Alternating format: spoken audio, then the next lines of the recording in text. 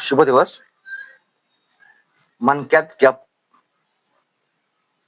पडतो तेव्हा मणक्यात गॅप म्हणजे पाठीच्या मणक्यामधील गादी म्हणजे डिस्क सरकते किंवा झिजते, ज्यामुळे मणक्यातील अंतर कमी होऊन नसावर दाब येतो. नसावरती दाब पडतो, ज्यामुळे काही आपल्याला लक्षण दिसतात.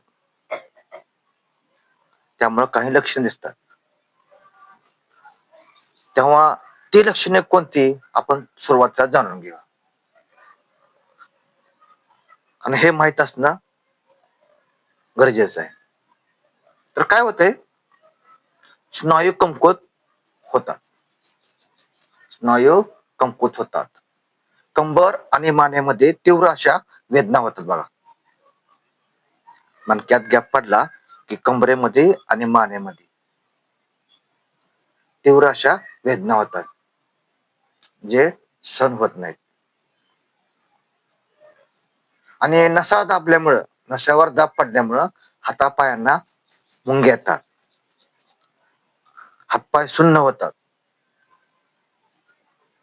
लक्षात येते का? हातपाय सुन्न होतात, हातापायाला मुंग्या येतात. मणक्यामध्ये गॅप पडला तर हातापायात अशक्तपणा देखील जाणवतो आणि सकाळी उठल्यानंतर पाठ मान आकडते.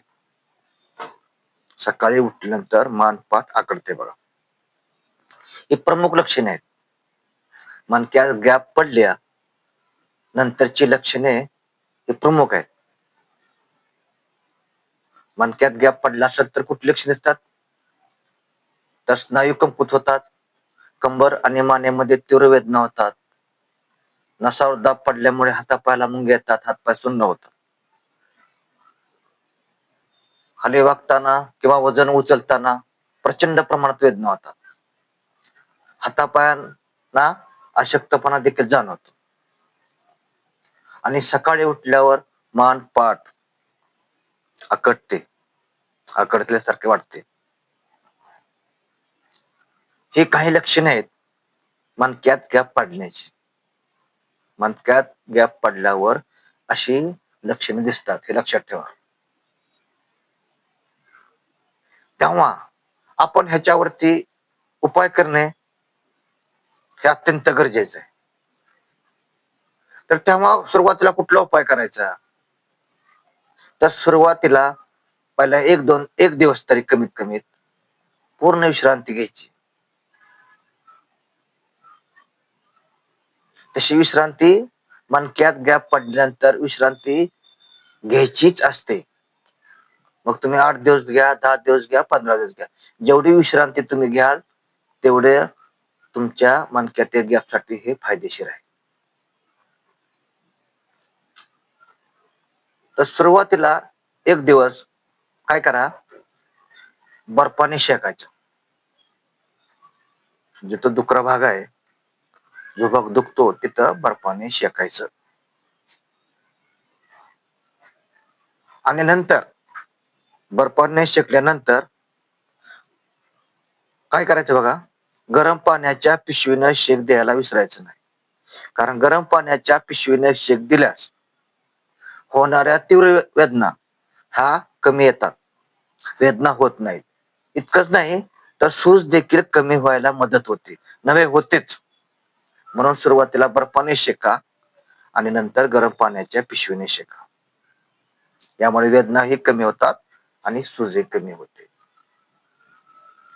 तसेच मणक्यात गॅप पडल्यानंतर कॅल्शियम युक्त आणि प्रोटीन युक्त आहार घ्यायचा विसरू नका.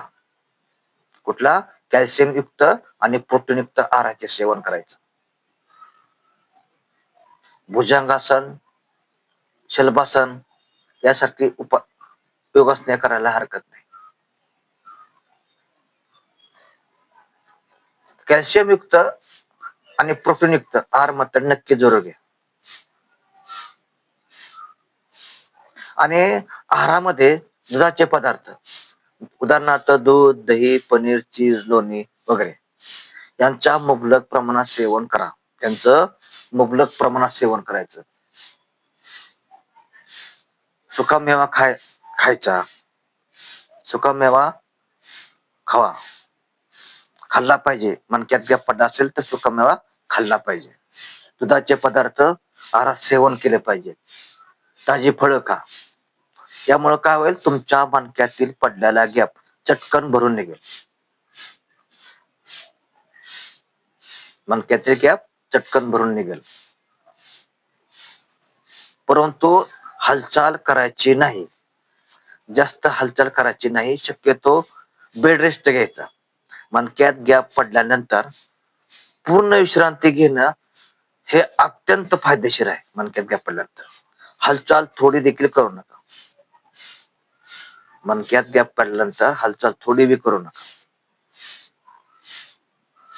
नाहीतर हालचाल जर केली तर तुम्हाला अजूनही जास्त त्रास होईल आणि होण्याची शक्यता दाट असते. म्हणून पूर्णपणे बेड रेस्ट घ्या, विश्रांती घ्या.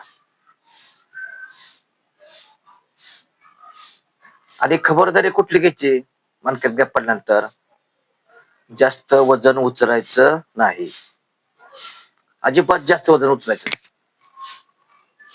बसताना सरळ आणि ताठ बसायचं. बसताना सरळ आणि ताठ बसायचं. आणि एकाच ठिकाणी दीर्घकाळ एकाच स्थितीत अजिबात बसू नका.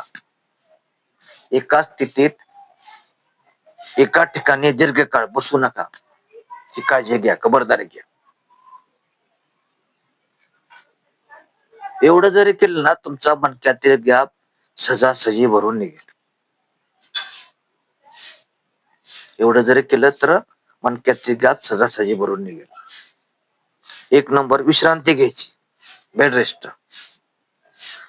सुरुवातीला बर्फानं शेकायचं आणि नंतर गरम पाण्याच्या पिशवीनं शेकायला विसरू नका. मग त्यामुळे काय, वेदना आणि सूज आपोआप कमी होईल. आहारामध्ये कॅल्शियम युक्त आणि प्रोटीन युक्त आहार घ्यायला विसरू नका. ताजी फळं खा.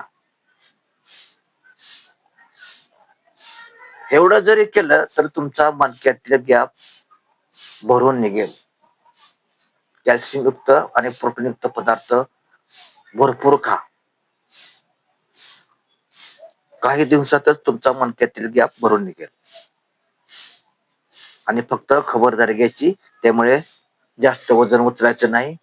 बसताना ताठ सरळ बसायचं. दीर्घकाळ एका स्थितीमध्ये बसायचं नाही. तेव्हा व्हिडिओ कसा वाटला कमेंट्स करा, एक लाईक करा, इतरांना शेअर करा. हा व्हिडिओ इतरांना शेअर करा. नवीन असाल तर सबस्क्राईब करायला विसरू नका.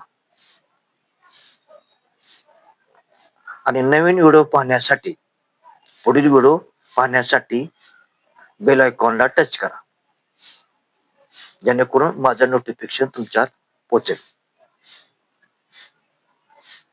आणि नियमितपणे व्हिडिओ पाहत चला. नियमितपणे व्हिडिओ पाहत चला. यानं काय होतंय, आपल्याला शारीरिक आणि मानसिक आजाराविषयी ओळख निर्माण होईल. शारीरिक आणि मानसिक आजाराची ओळख निर्माण होते. त्यावर आपण घरगुती उपाय करू शकतो. त्यामुळं हा व्हिडिओ, माझा दररोजचा व्हिडिओ तुम्ही नियमितपणे पाहत राहा. आणि कानमंत्र या चॅनलला सर्च करून तुम्ही माझे सर्व व्हिडिओ पाहू शकता.